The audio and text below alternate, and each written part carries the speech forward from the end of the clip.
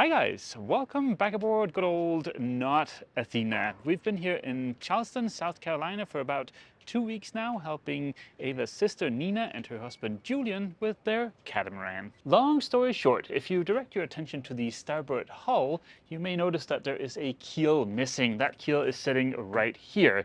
That is because we had to drop the keel to fix not one, not two, but 3 leaks on the top of the keel that have been there since the boat was launched in 2018. The keel is still busy drying out and we're waiting for the materials I need to rebuild it. Next week we should be able to do that. That means refoaming it, reglassing it in preparation of reinstalling it. This week we're going to take care of some smaller jobs. The first one of those jobs is this ladder that usually goes here at the helm station. It's a somewhat flawed design. That means whenever it rains, the entire cockpit gets wet with rainwater from up top. So let's see if we can fix that. My name is Mess, this is my wife Ava. I've spent the last 5 years on a somewhat extensive refit of our 1987 Warrior 38 named Athena. That was a DIY fun-packed adventure complete with a very extensive osmosis treatment, building a new rudder using vacuum infusion, rebuilding the entire deck, gutting and subsequently rebuilding most of the interior, painting the topsides, and a ton of other projects. The summer of 2021 we started cruising full-time. Now we're finally ready to begin our adventure. In order to fix the leaky steps in one video, and like any cooking show worth its salt, we've cheated and done a little bit of prep work. We've already had a stainless guy modify these steps a little bit. Fountaine Pajot almost got it right when they designed these steps. They are hollow and they are designed to be a way of draining the water off of the hardtop. In the original design, there are little holes at the bottom of the steps draining the water out to this surface here, and the water just goes, well, wherever it wants to from there. There are a couple of problems. The water can still run from there and inside of the boat, and also the holes up in the hardtop are too small and will clog very easily. We started out by drilling bigger holes that will allow us to reinstall the modified ladder. One small challenge was the fact that the old holes were bigger than the drill in our hole saw. To get around this, I hammered in little pieces of stir stick to give the drill something to bite into. That worked out perfectly, as you can see, and it's a variation of a trick my dad taught me many decades ago. Thank you, Dad. There's one slight challenge with the modified ladder. The stainless guy used a pretty thick piece of stainless for the flange, meaning the ladder is a few millimeters too long. With the help of a bottle jack, we were still able to cram it in there and did a successful dry fit. Like I mentioned, the other design flaw with this setup is that the drain holes up in the hardtop are too small and easily clog. We enlarged those substantially while leaving enough room to seal around them. I don't think anything is going to clog this hole. To seal the plywood core in the helm station, I mixed up a little bit of epoxy and carefully coated the exposed core. I've never even seen epoxy, so I'm really grateful when Mads is teaching me about it. Now for the most difficult part of this improvement, running the hose from the ladder down to the little sump in the cockpit.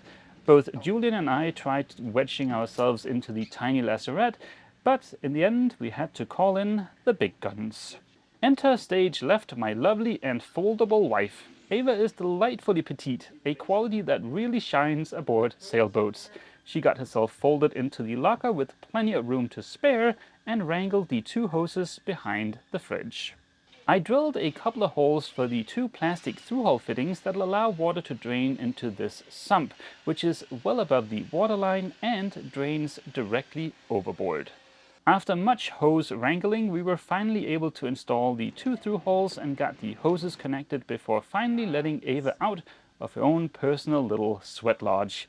A giant thank you to Ava for a job well done. It is the next day and the epoxy coating to protect the core here has cured.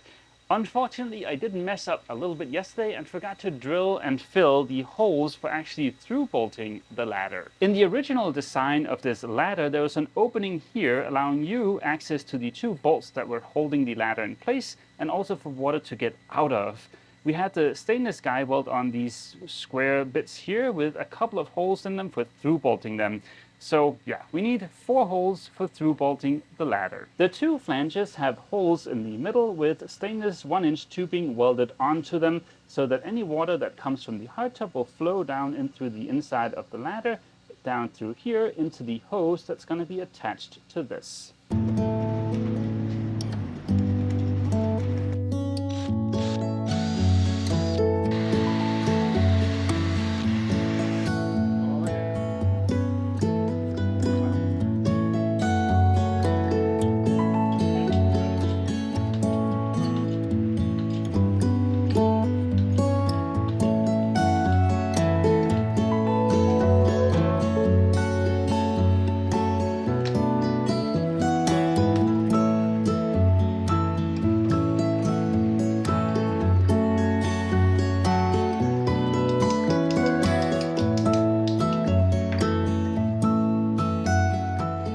With the ladder reinstalled and the fancy new drainage system attached, we can finally test it.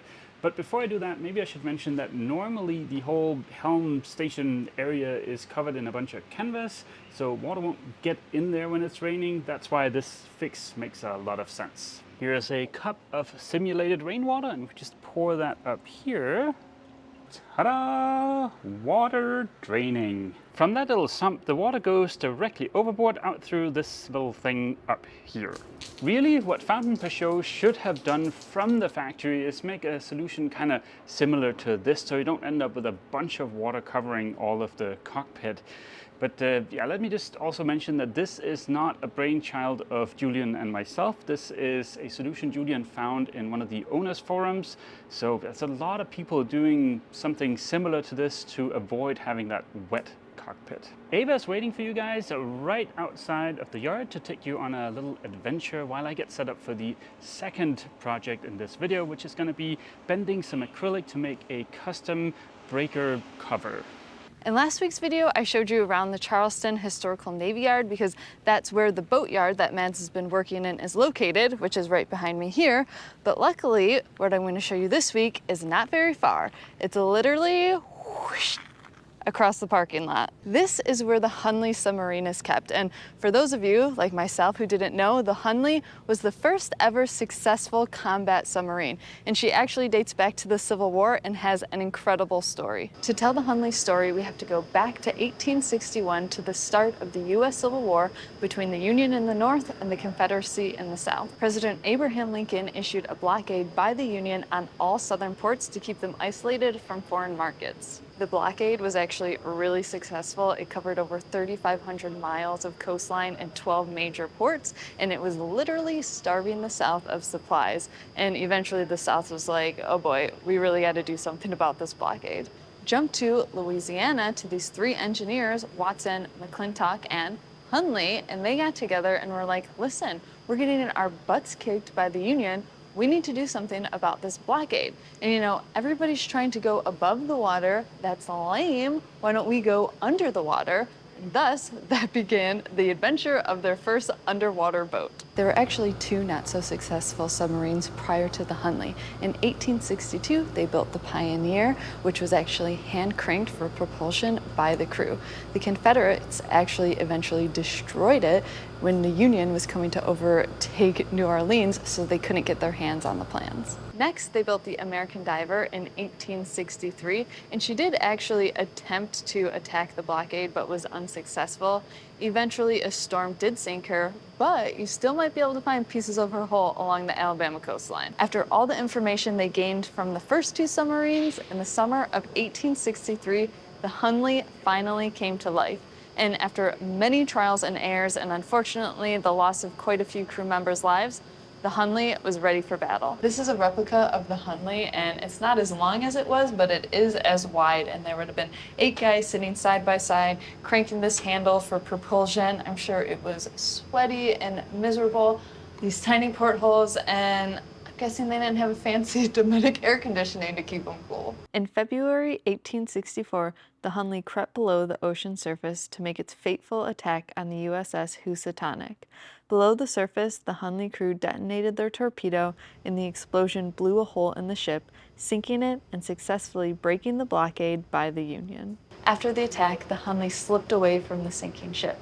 the submarine and the crew slipped away into the darkness of the night without a trace to be seen. That's not where the story ends though, because as I said, it's an incredible story and the second half is just getting started. So bear with me. After 15 years of searching, on May 3rd, 1995, Clive Cussler, an author, and his team found the Hunley. Can you believe it? On August 8th, 2000, the Hunley was lifted off the ocean floor along with the remains of the 8 crew members who were said to be resting peacefully at their stations. The Hunley was brought here to the Warren Lash Conservation Center to sit in this 750,000 gallon tank for conservation.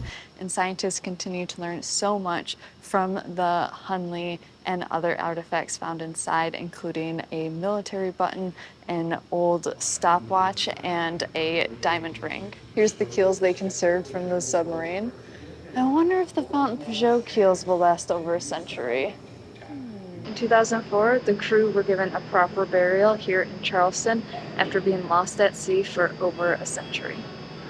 And that brings us to the second project I'd like to document in this week's video. Let's head down into the port side hull. Down here inside of this locker is a somewhatly awkward placed breaker. That's this guy right here. There's nothing wrong with the breaker as such, but it is placed inside of a locker, and it's very easy once you start cramming stuff in here to accidentally trip the breaker. The placement of this breaker is not ideal, but sometimes it is just hard to find a good accessible spot to place them where they're not in the way.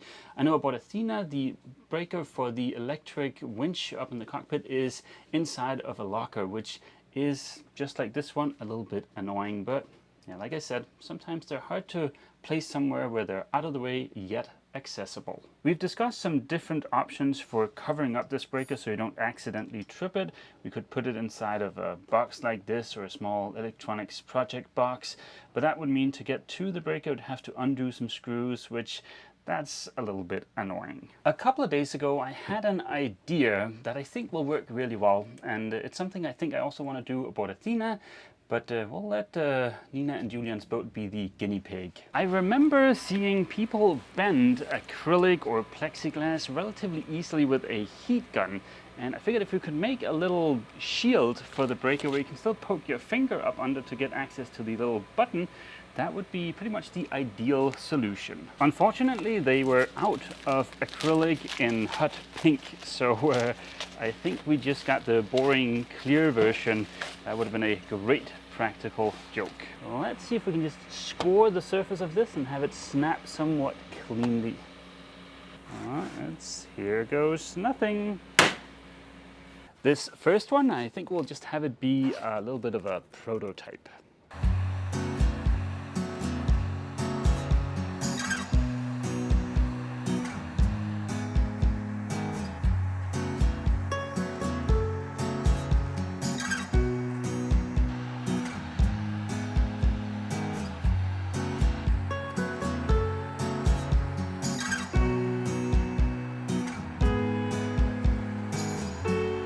Well, you know what? For just being a prototype, I think this thing holds a lot of promise. I'm sure the bends are not completely uniform, but I mean, it is just to cover up a breaker. It's not going to be something that people will admire on a daily basis. A quick little dry fit of the prototype here shows that it's actually perfectly usable. Once it's in there, you can't see that the bends aren't perfectly uniform or that the one flange is about 3 millimeters longer than the other one.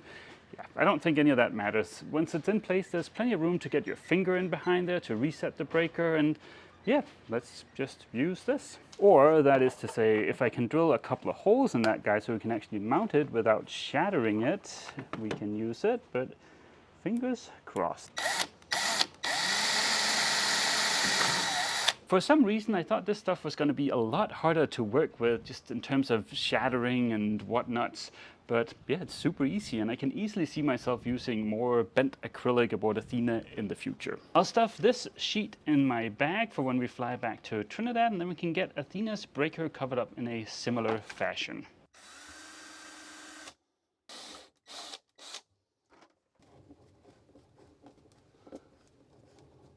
I would go ahead and call that about a 9 out of a 10 in terms of fixes. to bring it up to a 10 if I could just get those bends completely uniform, but yeah, this is going to do a great job of preventing anybody from accidentally tripping this breaker. I haven't been able to find anything like the acrylic cover I just made for that breaker online for just purchasing it, but if I was a big manufacturer of breakers, like for instance Blue Sea for DC stuff, I think maybe I would look into making some of these covers. I think a lot of people would want to buy them. Anywho, next week we can get back to some more serious DIY. The materials for rebuilding the keel here showed up yesterday, so Monday I'm gonna get started grinding, sanding, laying up fiberglass and refoaming the keel. I'm gonna end this week's video here, but I hope to see all of you guys back here in the yard next week for oh glorious fiberglassing. As always, feel free to leave a comment down below, and don't forget, if you've enjoyed this video, please remember to leave a like. See you!